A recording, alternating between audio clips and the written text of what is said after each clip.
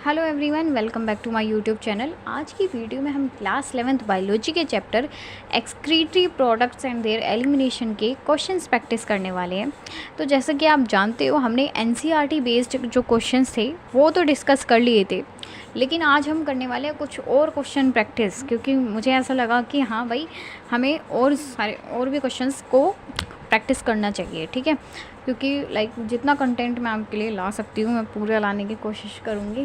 ठीक है, और अब जो लोग न्यू हैं उन्हें हम बता देते हैं जल्दी से कि भाई हम अपने क्वेश्चंस को किस तरीके से सॉल्व करते हैं। तो देखो भाई, हम लोग बाकी लोगों की तरह नहीं करते कि जस्ट क्वेश्चन पढ़ा एंड आपको आंसर बता दिया कि भाई ये आंसर है, और एक लाइन बता दी, एक लाइन एक्सप्लेन कर दी, भाई क्यों है आंसर, इसलिए है, बस दैट्स इट। तो हम ऐसे नहीं चलते। हम इस तरीके से क्वेश्चन करते हैं कि हमारा पूरा चैप्टर रिवाइज हो जाता है। अब जिन लोगों ने वीडियो देखी होंगी मेरे पहले वाली, तो मैंने डिटेल वीडियो लेक्चर्स भी बनाए हुए हैं चैप्टर्स के, और जो अगर आप देख लेना एक्सक्रीटरी वाले चैप्टर के एनसीईआरटी बेस्ड क्वेश्चन भी देखोगे ना, तो जो हमारे एनसीईआरटी बेस्ड क्वेश्चंस थे, मैंने उन्हीं क्वेश्चंस के थ्रू अपना पूरा चैप्टर आपको रिवाइज करवा दिया था।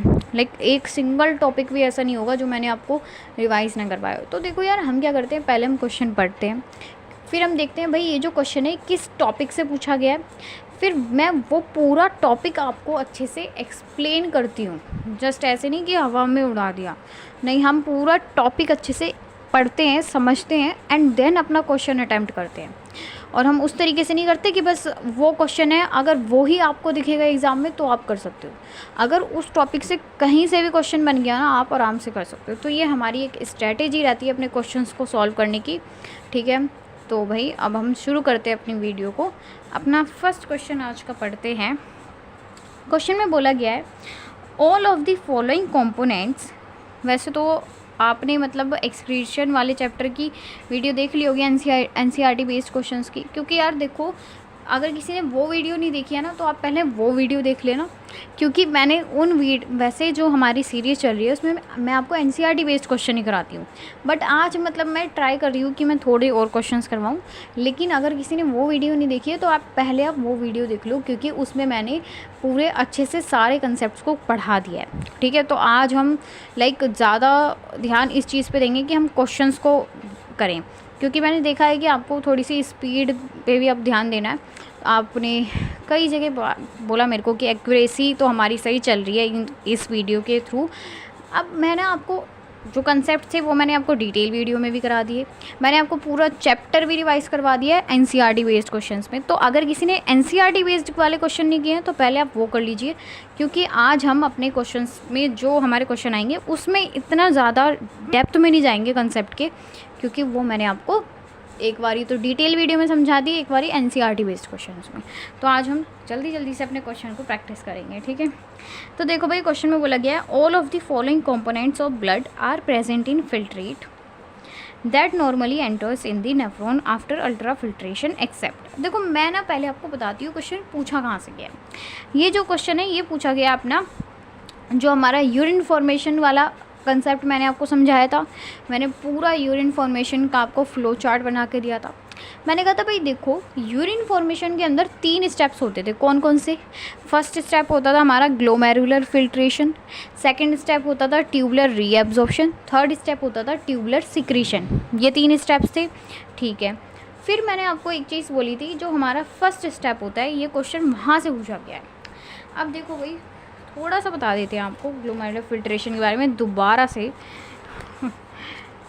यहाँ पे बोला क्या गया है, क्वेश्चन कहाँ से पूछा गया हमसे। देखो, जैसे कि हम सब जानते हैं, हमारा जो फर्स्ट स्टेप था वो था ग्लोमेरुलर फिल्ट्रेशन, है ना। ये अपना फर्स्ट स्टेप था यूरिन फॉर्मेशन का। यहाँ पे होता क्या था, कुछ इस तरीके से अपना बॉमेंस कैप्सूल होता है, ये अपनी पीसीटी हो गई। मुझे पता है बहुत बेकार डायग्राम बन रहा है, बट अभी हम इस चीज़ पे ज़्यादा ध्यान नहीं देंगे। देखो, ये अपना कुछ नेफ्रॉन का स्ट्रक्चर इस तरीके से दिखता है, जिसको मैं आपको पढ़ा चुकी हूँ काफ़ी अच्छे से, बहुत बार डिटेल में। हम सबको पता है ये हमारा बॉमेंस कैप्सूल है, ये अपनी पीसीटी है, ये अपना लूप ऑफ हेनले है, ये डीसीटी है, और ये कलेक्टिंग डक्ट है ना। हमें पता है जो हमारा फर्स्ट स्टेप होता है ग्लोमेरुलर फिल्ट्रेशन, इसके अंदर बेसिकली होता क्या है, यहाँ पे अपने पास में ये अपनी हो गई एफरेंट आर्ट्रियोल और ये पतली वाली हो गई अपनी ईफरेंट आर्ट्रियोल। ये जो मोटी है ये अपनी एफरेंट आर्ट्रियोल होती है और ये जो पतली वाली है इसको हम ईफरेंट आर्ट्रियोल कहते हैं। ये बीच वाले पार्ट को हम ग्लोमेरुलस कहते हैं। ग्लोमेरुलस होता क्या है, टफ्ट ऑफ कैपिलरीज, एनसीईआरटी की लाइन है ये, ठीक है। एक तरह से गुच्छा होता है बहुत सारी कैपिलरीज का, ठीक है, ये वाला हिस्सा। अब होता क्या है यार, बेसिकली ये अपने पास में बोमेंस कैप्सूल है, ये अपने पास में ये हमारा ग्लोमेरुलस है क्या यार, है तो ब्लड वेसल ही ना, इसके अंदर ब्लड है, ठीक है, यही ग्लोमेरुलस के अंदर। तो होगा क्या, यहाँ इस ब्लड के अंदर जितना भी वेस्ट प्रोडक्ट है वो हमारा यहाँ पे आ जाएगा। और ये जो भाई देखो यहाँ पे क्या हो रहा है, वेस्ट प्रोडक्ट फिल्टर होके आ रहा है बोमेंस कैप्सूल के अंदर। तो इसलिए हम इसको कह देते हैं भाई ये हमारा जो प्रोसेस है ग्लोमेरुलस के थ्रू यहाँ पे फिल्ट्रेशन हो रही है, तो इसलिए हम कहते हैं ग्लोमेरुलर फिल्ट्रेशन। अब मैंने आपको एक चीज़ बताई थी कि क्या क्या चीज़ें यहाँ से फ़िल्टर हो सकती हैं ब्लड में से। ब्लड में से ना यार सब कुछ फ़िल्टर हो जाएगा, मतलब जो भी वेस्ट प्रोडक्ट है, लेकिन जहाँ जो चीज़ नहीं होती ना फ़िल्टर, उसको हमें याद रखना है। कभी भी ग्लोमेरुलर फिल्ट्रेशन के टाइम पे हमारे जो प्रोटीन्स होते हैं वो फिल्टर नहीं होंगे, इस चीज़ को याद रख लो। प्रोटीन्स जितने भी होंगे वो फिल्टर कभी नहीं हो सकते यहाँ से ग्लोमेरुलर फिल्ट्रेशन के टाइम पे। इतना क्लियर हो गया कि प्रोटीन फिल्टर नहीं होंगे, ठीक है भाई। अब चलो देखते हैं भाई क्वेश्चन में क्या पूछा गया। आप अगर आप सोच रहे हो कि मैंने तो टॉपिक समझाया ही नहीं, तो भाई देखो मैंने आपको अभी बताया, लेकिन मैं दोबारा से बता देती हूँ कि मैंने क्वेश्चंस करा दिए हैं एनसीईआरटी बेस्ड वाले, और उसमें मैंने आपको एक एक कंसेप्ट पढ़ा दिया है, तो वो वीडियो देखना जाके, ठीक है। ये तो अपनी एक एक्स्ट्रा वीडियो आई है, ठीक है, बिकॉज आज संडे भी है, तो ये आपकी एक एक्स्ट्रा वीडियो आई है ताकि और प्रैक्टिस हो जाए अच्छे से। बाकी जो अपना मतलब एक वो रहता है ना प्रॉपर शेड्यूल की detail video and then question, वो अपने हो गए हैं, ये तो एक्स्ट्रा वीडियो है। तो देखो यहाँ पे क्या बोल रहा है, यहाँ पे सिंपली आपसे ये पूछा गया है कि भाई देखो जब हमारा ग्लोमेरुलर फिल्ट्रेशन होता है तो क्या चीज़ फ़िल्टर नहीं होती है। तो मैंने अभी अभी बताया कि भाई प्रोटीन फ़िल्टर नहीं होते। तो आपको ना इनमें से बस ये देखना है कि इनमें से प्रोटीन का एग्जाम्पल कौन सा है। अब भाई जिन लोगों ने मेरे से पढ़ा होगा बायोमोलिक्यूल्स चैप्टर, उनको पता होगा इस चीज़ के बारे में, और अगर वो चैप्टर भी नहीं पढ़ा तो बॉडी फ्लूइड्स पढ़ा होगा। तो मैंने वहाँ पे भी एक चीज़ बताई थी, क्या मैंने जब आपको बॉडी फ्लूइड्स चैप्टर में ब्लड वाला टॉपिक पढ़ाया था, मैंने कहा था भाई देखो ब्लड बना होता है दो चीज़ों से, पहली चीज़ होती है प्लाज्मा, दूसरी चीज़ होती है फॉर्म्ड एलिमेंट। फिर हमने कहा था भाई प्लाज्मा के अंदर भी ना कुछ प्लाज्मा प्रोटीन होते थे, उसमें से एक प्लाज्मा प्रोटीन का नाम होता है एल्ब्यूमिन, है तो वो प्रोटीन ही ना। देखो बेसिकली मैंने ये तो आपको रिलेट करवाया है थोड़ा वहाँ से। इस क्वेश्चन में हमसे पूछा गया है भाई क्या चीज़ फ़िल्टर नहीं होती, तो हमें पता है क्या नहीं होती, प्रोटीन फ़िल्टर नहीं होते कभी भी। अब इनमें से हमें बस प्रोटीन का एग्जांपल ढूंढना है। क्या ग्लूकोज एक प्रोटीन है? नहीं। क्या यूरिया प्रोटीन है? नहीं। क्या एलेनिन एक प्रोटीन है? नहीं। अमाइनो एसिड होता है लेकिन प्रोटीन नहीं है। क्या एल्ब्यूमिन एक प्रोटीन है? हाँ, ये एक प्रोटीन होता है, और हमें पता है प्रोटीन ही नहीं हो पाते फिल्टर, तो इसका करेक्ट आंसर होगा एल्ब्यूमिन। समझ में आ गया? चलो नेक्स्ट क्वेश्चन हमसे क्या बोल रहा है, presence of which of the following substance does not favour formation of large quantity of dilute urine. देखो यहाँ पे इस क्वेश्चन में पूछा गया है भाई, ये हमें दे दिए हैं ऑप्शंस और हमसे कह रहा है भाई बताओ इनमें से कौन सी मतलब कौन सा ऑप्शन होगा जो कि डाइल्यूट यूरिन नहीं बनवाएगा। ठीक है, अब डाइल्यूट यूरिन क्या होता है ये तो बताया था ना भाई। देखो डाइल्यूट का मतलब होता है पानी ज़्यादा और कंसनट्रेटेड का मतलब होता है पानी कम। तो यहाँ पे बोला है डाइल्यूट यूरिन, यानी कि ऐसा यूरिन जिसके अंदर पानी ज़्यादा होगा। तो हमसे कह रहा है भाई बताओ इन ये जो हमें ऑप्शंस गिवन है इनमें से कौन सा ऑप्शन मतलब डाइल्यूट यूरिन नहीं बनवाएगा। तो ऑप्शंस को पढ़ते हैं एक बारी। देखो भाई ये तो हमें खाने पीने की चीज़ें दी हुई हैं। मेन ऑप्शन पे आओ ADH। देखो यार मैंने कल आपको जब अपने पास में वो टॉपिक समझाया था रेगुलेशन ऑफ किडनी फंक्शंस वाला, तो मैंने आपको 3 अपने प्रोसेस समझाए थे। मैंने कहा था भाई 3 मैकेनिज़्म होते हैं, कौन कौन से। एक तो हो रहा था अपना ADH वाला, दूसरा था अपना रेनिन वाला, और थर्ड था ANF, है ना। तो आज ज़रा याद करो ADH वाला जब मैंने मैकेनिज़्म बताया था तो मैंने क्या कहा था, कि भाई एडीएच वाला मैकेनिज़्म कब काम करता है, जिस दिन हमने कम पानी पिया हो, व्रत रखा है या रोज़े रखे हुए हैं, उस दिन ये हमारा काम करता है। करता क्या है यार, हमने पानी कम पिया है, भाई आपने पानी कम पिया है तो यूरिन में भी तो पानी कम ही जाना चाहिए। भाई जितना कम पानी पियोगे उतना ही तो कम निकालना पड़ेगा आपको यूरिन के थ्रू, है ना। तो एडीएच क्या कर रहा था भाई, बेसिकली एडीएच घुमा फिरा के एक काम कर रहा था कि पानी को बाहर नहीं जाने दे रहा था, यानी कि हमारे यूरिन को कंसंट्रेटेड बना रहा था। तो एडीएच क्या करता है, कंसंट्रेटेड यूरिन बनाने में हेल्प करता है।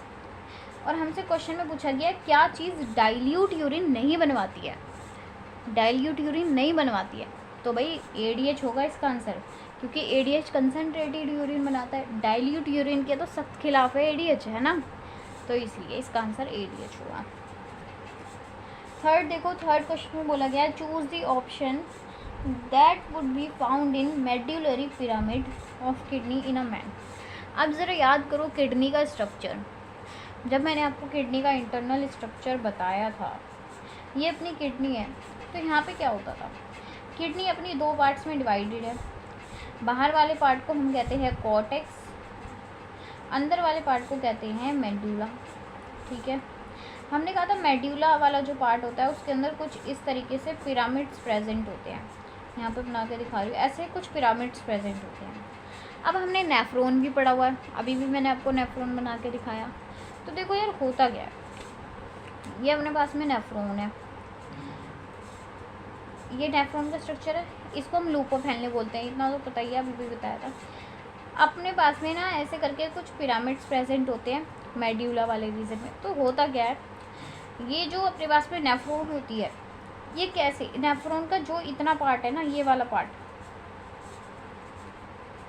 विजिबल नहीं है ना, ये अपने पास में नेफ्रॉन का स्ट्रक्चर है। जो नेफ्रॉन का इतना पार्ट है, इतना पार्ट ये रहता है अपना कॉर्टेक्स रीजन में, और जो ये वाला पार्ट है ना लूप ऑफ हेनले, सिर्फ और सिर्फ लूप ऑफ हेनले वाला पार्ट और थोड़ा सा कॉर्ड, ये हमारा कलेक्टिंग विक्ट्री, ये आते हैं अपने मेड्यूला के अंदर, ठीक है।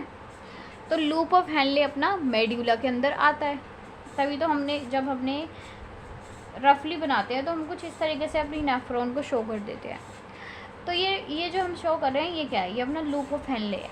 तो बेसिकली मैंने कहा भाई जो लूप ऑफ हेनले होता है वो हमें मेड्यूला रीजन में मिलता है, ठीक है। क्वेश्चन पढ़ो, क्वेश्चन में बोल रहा है कोई बताओ क्या चीज़ मेड्यूला के अंदर मिलती है। तो मेड्यूला के अंदर रीनल कॉर्पस्कल नहीं, ये तो नहीं मिलता। मेलफिजियन बॉडी नहीं, डीसीडी, ये सब तो यार ये जो तीनों पार्ट्स हैं ना ये कॉर्टेक्स में मिलते हैं। लास्ट बोल रहा है लूप ऑफ हेनले, हाँ तो लूप ऑफ हेनले जो होता है वो हमें मेड्यूला में मिलता है, तो इसलिए इसका करेक्ट आंसर हो जाएगा 4। अब नेक्स्ट क्वेश्चन देखो, नेक्स्ट क्वेश्चन में हमसे बोला गया है, दिख नहीं रहा, रुको। नेक्स्ट क्वेश्चन में हमसे बोला गया है if a person passes very dilute urine. जब एक पर्सन है, कोई एक पर्सन है, मतलब मान लो आप हो, आपका जो यूरिन है वो बहुत ज़्यादा डाइल्यूट आ रहा है, यानी कि यूरिन के अंदर वाटर ज़्यादा है, ठीक है। But his blood glucose level is normal, लेकिन जो मतलब ब्लड का ग्लूकोज लेवल है वो तो नॉर्मल है, मतलब शुगर वगैरह नहीं है। फिर बोल रहा है and also drink more water then a normal person then this condition may be. यार यहाँ पे हमसे क्या बोले जा रहा है, तो देखो यहाँ पे कंडीशन क्या है, हम कह रहे हैं भाई जो हमारा यूरिन है ना उसके अंदर वाटर ज़्यादा है, ठीक है, समझ में आ गया। अब इसके लिए ना आपको वो वाला टॉपिक क्लियर होना चाहिए, रेगुलेशन वाला। तो यार प्लीज़ मैंने तभी कहा था आप एनसीईआरटी बेस्ड वाले क्वेश्चन पहले कर लो, ठीक है। ये तो हमारी एक्स्ट्रा वीडियो है, वैसे हम जो हम डेली बनाते हैं वो हमारी ये स्ट्रेटजी रहती है कि हम डिटेल वीडियो बनाते हैं, डिटेल वीडियो लेक्चर्स लाते हैं और साथ में फिर हम क्वेश्चंस करते हैं एनसीईआरटी बेस्ड, ठीक है। तो जो आप सोच रहे होगे कि मैंने झूठ बोला कि मैं एक एक टॉपिक नहीं एक्सप्लेन करती हूँ, तो ऐसा नहीं है यार। मैंने जब एनसीईआरटी बेस्ड वाले क्वेश्चन कराए मैंने आपको सारे टॉपिक्स वहीं पे रिवाइज कराए हैं, ठीक है। ये तो हमारी एक्स्ट्रा वीडियो है। तो मैंने आपको बताया था भाई, देखो यहाँ पे कह रहा है कि भाई जो हमारे पास में यूरिन है ना, उसके अंदर पानी ज़्यादा है, ठीक है। तो अब ये पढ़ते हैं भाई उसका क्या रीज़न हो सकता है। Decrease in insulin secretion from pancreas, ये कोई ऑप्शन नहीं है, इसका सही आंसर नहीं है। मोर सिक्रीशन ऑफ ग्लूकागन, नहीं, ये तो सारे हमारे बायोमोलिक्यूल्स की स्टेटमेंट दी हुई है। Fall of sugar level in blood, ये भी इससे कुछ रिलेट नहीं कर पा रही है। Decreased release of vasopressin from posterior pituitary. अब मैंने आपको बताया था भाई ये वैसोप्रेसिन हम किसे बोलते थे, वैसोप्रेसिन हम बोलते हैं एडीएच हार्मोन को। ADH hormone anti diuretic hormone, ठीक है। तो हम ये कह रहे हैं यार, देखो होता क्या है, यहाँ पे बोला गया है कि जब एडीएच कम होता है ना, तब हमारे यूरिन के अंदर पानी ज़्यादा होता है। हम के यहाँ पे क्वेश्चन में यार बेसिकली यही बात कही हुई है। यहाँ पे क्वेश्चन में इस ऑप्शन के अकॉर्डिंग ये बोला गया है कि भाई हमारा जो यूरिन है उसके अंदर वाटर इसलिए ज़्यादा आ रहा है क्योंकि एडीएच कम है। अब मैंने आपको बताया था एडीएच क्या करता है, वाटर को रीएब्जॉर्ब कर लेता है। अगर एडीएच वाटर को रीएब्जॉर्ब कर लेता है यानी कि यूरिन के अंदर पानी कम होगा। तो यही इसका करेक्ट आंसर है। भाई देखो मैं समझा देती हूँ दोबारा से, करी थोड़ा सा। क्या होता है, एडीएच अपने पास में हार्मोन है, ठीक है। एडीएच क्या करता है यार, वाटर को ना वापस से अपनी बॉडी में रख लेता है, वाटर को रीएब्जॉर्ब कर लेता है, ठीक है। जब इसने वाटर को रीएब्जॉर्ब कर लिया यानी कि यूरिन के अंदर पानी कम जाएगा, ठीक है। ये होता है अपना एडीएच, ये काम करता है। फिर क्वेश्चन में हमसे बोला गया है कि जो हमारा यूरिन है ना उसके अंदर वाटर ज़्यादा है। अब हमसे कह रहा है क्यों ज़्यादा है वाटर यूरिन के अंदर, इसलिए ज़्यादा है क्योंकि एडीएच मतलब सप्रेस हो गया, एडीएच का इतना ज़्यादा रिलीज़ नहीं हुआ। तो जब एडीएच हार्मोन रिलीज़ नहीं हुआ इसीलिए हमारा वाटर रीएब्जॉर्ब नहीं हो पाया। वाटर रीएब्जॉर्ब नहीं हो पाया तो बॉडी वो यूरिन के थ्रू ज़्यादा वाटर निकलने लग गया, वाटर लॉस हो गया। तो इसलिए करेक्ट आंसर इसका होगा डी। अब next question, in which segment of nephron does tubular fluid have the highest osmolarity. हमसे बोला जा रहा है भाई सबसे ज़्यादा ऑस्मोलैरिटी किस पार्ट में होगी नेफ्रॉन के। तो ये भाई काउंटर करेंट मैकेनिज्म से क्वेश्चन पूछा गया है, जो कि हमने कल लास्ट में वही समझा था। काउंटर करेंट होता क्या है, हमने देखा था भाई यहाँ पे, और जैसे जैसे हम नीचे आते रहते हैं हमारी ऑस्मोलैरिटी बढ़ती रहती है। यहाँ पे 300, यहाँ पे 400 हो गई, 500, 600 और लास्ट में यहाँ पे हमारे 1200 हो जाती है। 1200 मिली ऑस्मोल हमारी ऑस्मोलैरिटी हो जाती है लूप ऑफ हेनले के अंदर। तो सबसे ज़्यादा जो ऑस्मोलैरिटी होती है वो हमारी लूप ऑफ हेनले के अंदर होती है। यही पूछा गया है कि सबसे ज़्यादा जो ऑस्मोलैरिटी होती है वो कहाँ पे होती है। तो कलेक्टिंग ट्यूब्यूल नहीं, PCT no, DCT no, loop of Henle. सबसे ज़्यादा जो मतलब हमारे यूरिन की ऑस्मोलैरिटी होती है वो यहीं पे होती है लूप ऑफ हेनले के अंदर, ठीक है। अब पूछा गया है नेक्स्ट क्वेश्चन में, in which of the following organisms its excretory structure is not correctly match. हमें बताना है कि इसमें से कौन सी, जो यहाँ पे कुछ ऑर्गेनिज्म के नाम दिए हुए हैं और यहाँ पे उनके एक्सक्रीटरी ऑर्गन्स दिए हैं। यहाँ पे हमसे बोल रहा है कि गलत मैच बताना है हमें, ठीक है। तो इसके लिए हमें वो वाला टॉपिक क्लियर होना चाहिए भाई कि इस ऑर्गेनिज्म में कौन कौन से हमारे पास में एक्सक्रीटरी स्ट्रक्चर्स मिलते हैं। तो भाई चलो थोड़ा सा आपको समझा ही देते हैं। यहाँ पर कहीं मुझे ऐसा लग रहा है आप सोच रहे हो मैं झूठ बोल रही थी स्टार्टिंग में, ऐसा नहीं है भाई। देखो एक एक्सक्रीटरी स्ट्रक्चर का नाम होता है, ऑर्गन का नाम होता है प्रोटोनेफ्रीडिया, ठीक है। प्रोटोनेफ्रीडिया ये होता क्या है, कैसे काम करता है, ये तो हम पढ़ते हैं अपने कौन से चैप्टर में, एनिमल किंगडम में। देखो भाई प्रोटोनेफ्रीडिया किसके पास में प्रेजेंट होते हैं, हमारे प्लेटीहेल्मिन्थीस के पास में प्रेजेंट होते हैं। फ्लैटवर्म हो गया एग्जाम्पल, फ्लैटवर्म, साथ में प्लेनेरिया, एम्फाइशियस, इन सभी में प्रोटोनेफ्रीडिया होता है, ठीक है। वहीं पे अगर मैं बात करती हूँ नेफ्रीडिया तो ये कहाँ पे होता है, ये होता है अपना प्रेजेंट अर्थवॉर्म में, ठीक है। ये अर्थवॉर्म में होता है। वहीं पे अगर हम बात करते हैं मेलफिजियन टिब्यूल की, तो ये कहाँ पे मिलता है? ये मिलता है हमें कॉकरोच में, कॉकरोच। और लास्ट आता है हमारे पास में क्या होता है, ग्रीन ग्रैंड, या फिर इसी को ही हम बोलते हैं एंटीनल ग्लैंड। ये कहाँ पे देखने के लिए मिलता है? ये मिलता है हमें प्रॉन्स में, ठीक है। वैसे मैंने काफ़ी अच्छे से पहले समझा चुकी हूँ, बट कोई बात नहीं यार। तो ये आप देख लो भाई, जो हमारे पास में प्रोटोनेफ्रीडिया होते हैं वो इन सभी में मिलते हैं, एम्फाइशियस, प्लेनेरिया और प्लेटफॉर्म प्लेटिहेलमिन्थेस। नेफ्रीडिया अर्थ फॉर्म्स में देखने के लिए मिलते हैं, मेलफिजियन ट्यूब्यूल अपने कॉकरोचेस में, और एंटीनल ग्लैंड हमारे प्रॉन्स के अंदर। अब देखो क्वेश्चन में क्या पूछा गया। क्वेश्चन में बोला गया है कि भाई गलत मैच बताओ। तो पहले तो हम पढ़ते हैं भाई, हमारे पास में ऑप्शंस क्या क्या हैं। कह रहा है एम्फाइशियस के अंदर क्या प्रेजेंट है? प्रोटोनेफ्रीडिया। हाँ भाई ये तो ठीक है, ये तो ट्रू है। एम्फाइशियस के अंदर प्रोटोनेफ्रीडिया होते हैं, मैंने अभी अभी बताया। फिर बोल रहे हैं ह्यूमंस के अंदर किडनी, लीवर और सुडोरिफी ग्लैंड, ये भी ठीक है, ट्रू है। हमारे ह्यूमंस में ये सब, यहाँ इन सब से थोड़ा थोड़ा एक्सक्रीशन होता है। कॉकरोच में कह रहा है मेलफिजियन बॉडी। अब मुझे पता है आप लोग इसको भी ट्रू बोलोगे, अगर मतलब आपने मेरी बात ध्यान से नहीं देखी होगी, ध्यान से नहीं सुनी होगी। आपको क्या मेलफिजियन लिखा तो हुआ है, लेकिन यार ये मेलफिजियन बॉडी लिखा हुआ है। कॉकरोचेस के अंदर मेलफिजियन टिब्यूल होता है, ना कि बॉडी। तो ये रॉन्ग है और हमें यहाँ पे रॉन्ग ही बताना है। तो इसका जो करेक्ट आंसर होगा, ये बात करेक्ट नहीं है, लेकिन इस क्वेश्चन का करेक्ट आंसर ये होगा अपना थर्ड, ठीक है। प्रॉन्स में एंटीनल ग्लैंड, ये तो बात ठीक है, लेकिन हमें गलत पूछा था तो हमने इसलिए इसको टिक किया। Next question, cortical portion of kidney projecting between medullary pyramid in human kidney are called. ये देखो, ये भी अपने किडनी से क्वेश्चन पूछा गया। यार हमें पता है कि कुछ इस तरीके से हमारे पास में किडनी होती है, ठीक है। किडनी ये मैंने ऐसे होती है ना किडनी, मैंने इसको घुमा के ऐसे बनाया।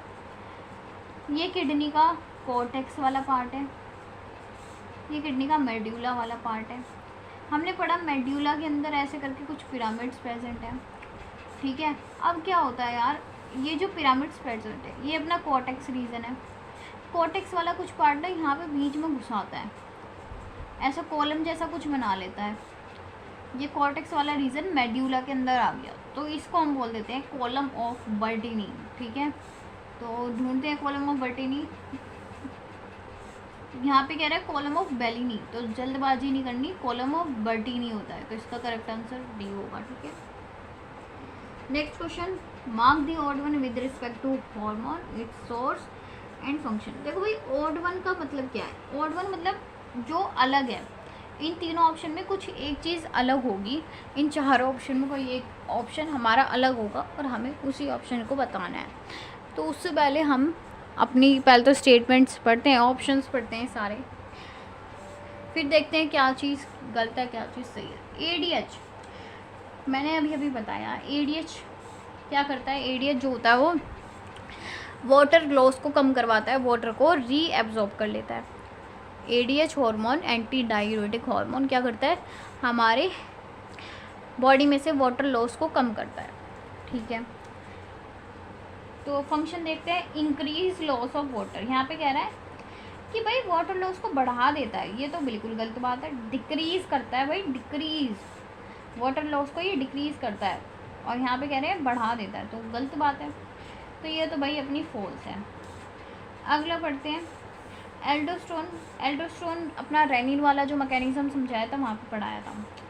एल्डोस्टेरोन क्या कर रहा होता था यार, अपने पास में सोडियम और वाटर की रीएब्जॉर्प्शन करा लेता था DCT में से। तो पढ़ते हैं यहाँ पे क्या बोला गया है, कह रहे हैं एड्रिनल कॉर्टेक्स से रिलीज होता है, ठीक है बात। फिर कह रहा है stimulates the reabsorption of sodium and water from DCT। इसने भी वही कहा है कि भाई देखो ये क्या करता है, एल्डोस्टेरोन वाटर और सोडियम की रीएब्जॉर्प्शन करा लेता है DCT में से, तो ये बात ट्रू है। अब आगे पढ़ते हैं, ANF एंटी नेट्रीग्रेटियल फैक्टर, ये क्या करता है, ये कह रहे हैं ऐसे नोड ऑफ हार्ट से निकलता है। अच्छा, फिर कह रहे हैं causes vasodilation and increase blood volume, कह रहे हैं ये ब्लड वॉल्यूम को इंक्रीज कर देता है, increase blood volume but decrease blood pressure. यार ये बात ना गलत है, ये ब्लड वॉल्यूम को बढ़ाता नहीं है, ब्लड वॉल्यूम को कम कर देता है। ये जो होता है ना ANF, ये ब्लड वॉल्यूम को कम करता है, रियल में ये ब्लड वॉल्यूम को कम करता है, लेकिन यहाँ पे हमसे बोल रहा है कि ब्लड वॉल्यूम को बढ़ाता है, तो ये बात फॉल्स है। लास्ट बोल रहा है रेनिन, रेनिन क्या करता है, लीवर से निकलता है और कह रहे हैं convert angiotensinogen into angiotensin second. यार देखो ये जो रेनिन होता है ये एंजियोटेंसिनोजन को, ये है जो इसको कन्वर्ट कर देता है एंजियोटेंसिन 1 में। यहाँ पे क्या 2 लिखा हुआ है, एंजियोटेंसिन 2 में नहीं करता, एंजियोटेंसिन 1 में करता है, तो ये बात भी अपनी गलत है। और हमसे क्वेश्चन में पूछा था कि कोई एक स्टेटमेंट बताओ, ऑड वन बताओ, ऑड वन का मतलब समझे कि भाई देखो कोई एक स्टेटमेंट बताओ जो सबसे अलग है, तो ज़रा ध्यान दो, ये वाली स्टेटमेंट गलत है, ये वाली स्टेटमेंट भी गलत है, ये भी स्टेटमेंट गलत है, तीनों स्टेटमेंट्स गलत हैं, बस ये वाली स्टेटमेंट ट्रू है, बाकी तीनों तो सेम हो गई, बाकी तीनों फॉल्स हैं, लेकिन ये वाली ट्रू है। तो यहाँ पे सबसे अलग ये वाली स्टेटमेंट है, क्योंकि सिर्फ यही ट्रू है और हमसे ऑड वन पूछा था, तो इसलिए करेक्ट आंसर सेकंड होगा। तो देखा आपने हमने किस तरीके से अपने कुछ और क्वेश्चंस भी सॉल्व किए यहाँ से। आई होप कि आपके थोड़े बहुत टॉपिक्स और क्लियर हो गए होंगे। ये आपके लिए संडे की एक एक्स्ट्रा क्लास थी, ठीक है। तो बताना मेरे को समझ में आए क्वेश्चंस या नहीं, या फिर वैसे मुझे पता है आज वो मैंने डिटेल में क्वेश्चन नहीं समझाए, क्योंकि यार ये तो अपनी एक्स्ट्रा क्लास थी। क्वेश्चंस तो मैंने आपको 2 वीडियोस में कराए हैं, पूरा चैप्टर रिवाइज करवा दिया था 2 वीडियोस में।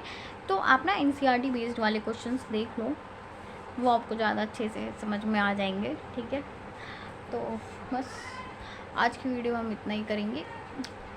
If you like the video, then please press the like button and also share the video with your friends, and yes, please subscribe my YouTube channel. Yes, thank you so much for watching our video, for visiting our channel.